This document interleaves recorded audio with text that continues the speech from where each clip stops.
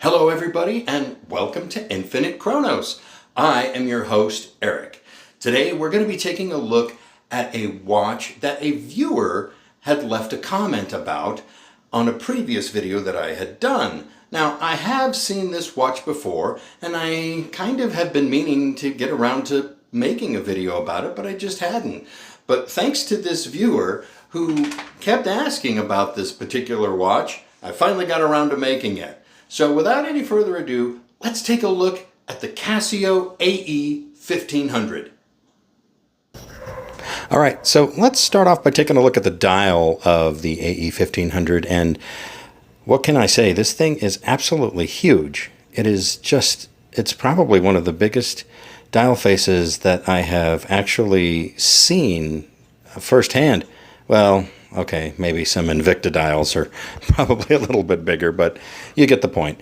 So Casio's made some really good use of this LCD screen that they are using to present the time and so forth. It's broken up into thirds, and at the top third of the watch you'll see the word Casio and the letters WR. Those are permanently printed, followed by the abbreviation for the day of the week, and then the number of the month and the actual number of the day.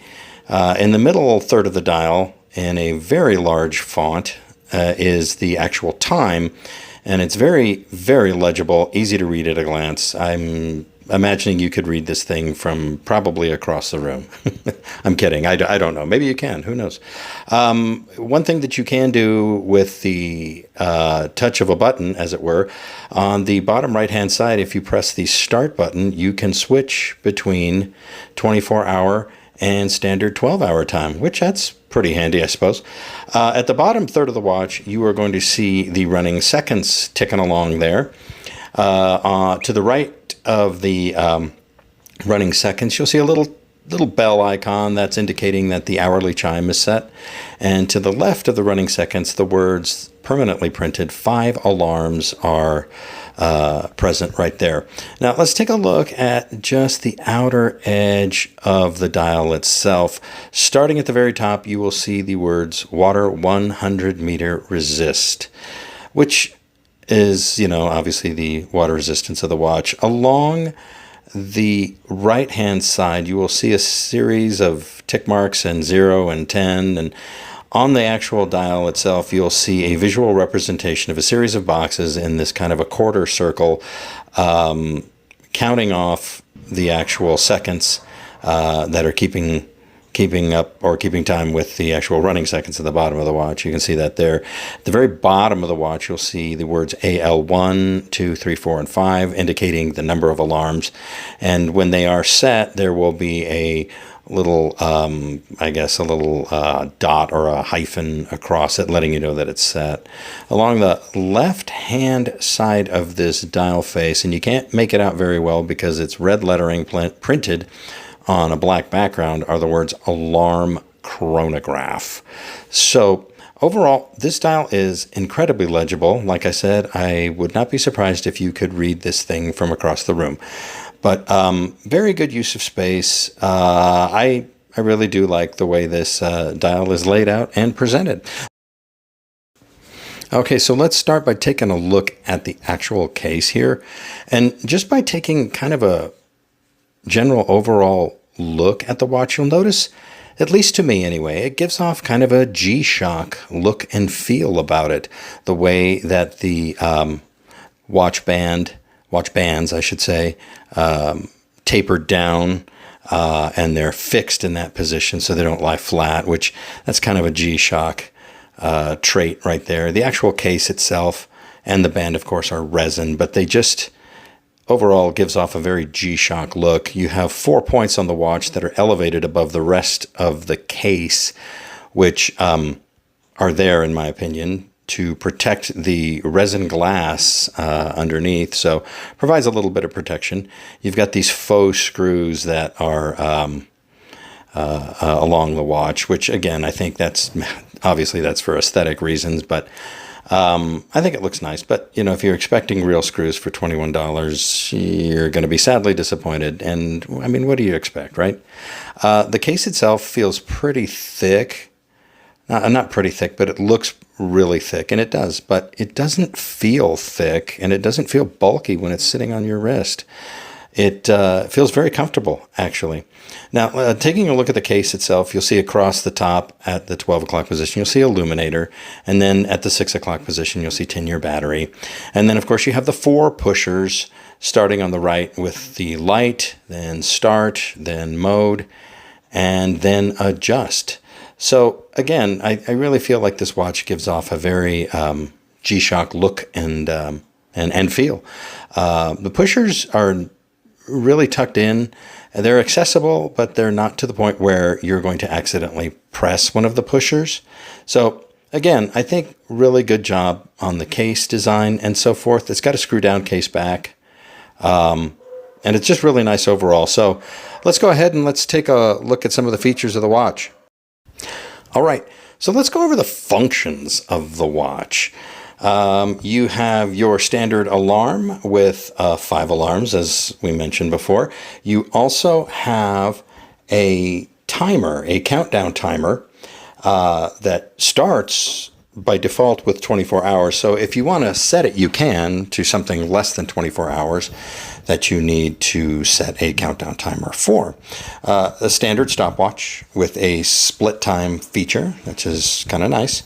And finally, you have a dual time function on this watch. Now, I don't want to confuse anybody. The dual time is much different than a world time function. The dual time function will allow you to set the time in one other different time zone. So you'll monitor your time zone plus this other time zone that you set. And it does have to be set manually. So this feature is maybe a little bit disappointing. It's not like a deal breaker, especially if you know that going into it. And the only reason I say that is because you have world time functionality on the AE1200, which is a watch that is priced similarly to this watch. And so I just thought that might have been nice to just kind of have that on this watch as well. But again, it's not a deal breaker, so it's not something I would probably, lose too much sleep over, as it were. Anyway, let's go ahead and let's wrap this thing up, and let me give you my final thoughts and my conclusions on the AE1500. All right, so let me wrap things up and just kind of summarize the Casio AE1500 that we have here today. Overall, I think it's a really nice watch for the price that you're paying. It's about 21, 22 bucks. I'm going to leave a link in the description below to Amazon. And if you want to pick one of these up, go ahead and do that. Now, I am an Amazon affiliate, so I do get a little bit of a commission if you pick one of these up. But it's not much, and it's not going to affect what you pay. Anyway, getting back to the watch. So it does kind of have a G-Shock look to it. And I think that's really nice. It's pretty cool looking. Now, it also comes in a negative display. And typically, I'm not really a fan of negative display watches, but I imagine this one will work really well. I do have a couple of other negative display watches that work better. But anyway, so I think one of the things that really was a negative, if you want to call it that, was the backlight. Now, this watch has such an enormous face to it, an enormous dial, that you really need to be able to illuminate it and illuminate it well. And it only has 2 amber LED lights. And although it does a pretty fair job, a pretty decent job of lighting up the dial at night, I just felt like there were some dim areas and some dark areas around the rest of the dial of the watch that I really think they probably should have put 2 more LEDs up at the top to really illuminate the dial much better than it is. The other thing I didn't like, speaking of illumination, was that you can only have 1.5 seconds on the illumination of the backlight. So as soon as you press it, you're looking kind of quick, and I just felt kind of rushed almost. On some of their other models, you can configure it from 1.5 to 3 seconds, but I couldn't find anywhere in the manual or how to configure it. So I think this only has a 1.5 second backlight timeout, and I just thought that was, I just felt too rushed, like I said. So other than that, the only other thing is this is a dual time and you have to set it manually. Now, that's not really a huge problem, but you can get a Casio AE1200. Granted, it's a smaller watch, but it has a world time functionality in it. So I'm kind of scratching my head why they decided, let's just make this dual time, but the other one will be world time. I don't know, design choice, it's just something that I'm thinking about going, if I'm paying 21 for this and I'm paying 21 for that, shouldn't I get the same things? Anyway, what were some of the things that I did like about it? Well, the legibility, my God, this thing is absolutely huge. It is not hard to read at a glance at all. This is, I feel like, a really great watch if you're going to take something like this, just kind of, use it on the weekend, doing some yard work or some chores or just some general running around. I think overall it is a really good watch for that kind of thing. So there you have it. Those are my thoughts on the Casio AE1500. I would really, really like to hear what you guys have to say about it. So why don't you leave me a comment and let me know what you think of the Casio AE1500. Let me know if you think the dual time is a problem or not a big deal. Let me know if you think the price, whatever. I just want to hear what you guys have to say about this watch, and let me know about some other watches that maybe you'd be interested in seeing. But anyway, I just want to say thank you so much for watching today's video. And if you have a minute and you're looking for some other videos on Casios and so forth, I'm going to leave a link over here and you can check out some other videos that I have on Casios. Thanks again for watching.